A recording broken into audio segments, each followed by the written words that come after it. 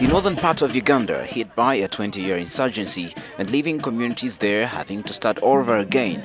A touching story of happy people with almost nothing to show. Interventions have been met, with numerous government programs rolling out, yet results remain hard to trace.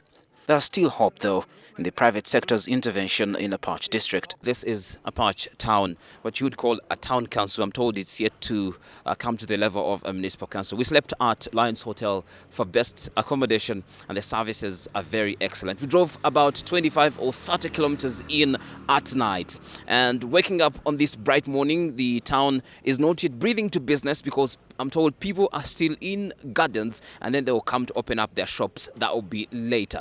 Now, later on from here, we will be moving deep into communities to check on the some women entrepreneurs who are making money in millions, and they are sponsored by the BVLF project, courtesy the Private Sector Foundation.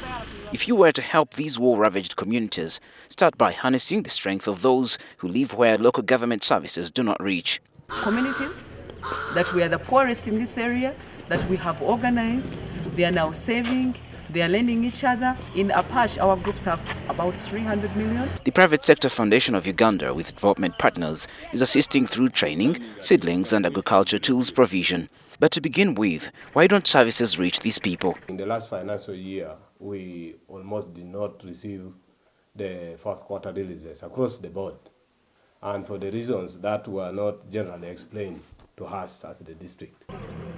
Key beneficiaries of this program are in Ochegere sub-county, and you'll be amazed by the kind of reception you get from these men and women. This is how deep the BVLF project is. We're finally going to see whether the results are showing in the villages. These women right here are very excited seeing the private sector coming to monitor these projects.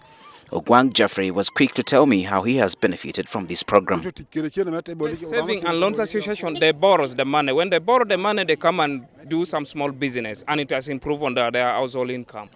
These groups now say that they find it more convenient borrowing within their circles instead of the long bureaucratic banking systems. When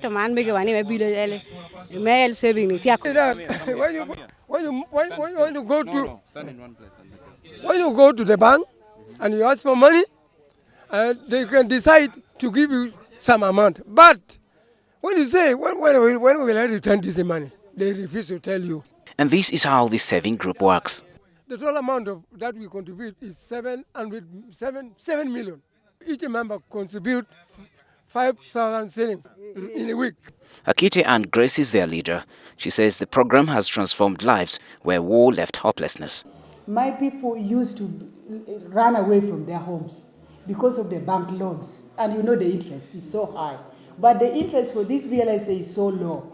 And it's agreed by the committee, by the members of the VLSA.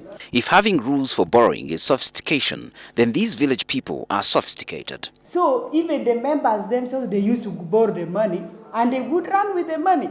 But the issue of guarantor has helped them. And another issue is we are encouraging them to even make bulk banking. Where just 1 billion was spent, the success of these projects points more to come. The next intervention, which is starting in January of 2014, is also going to be more than 1 billion shillings. Malcolm Sime, NTV.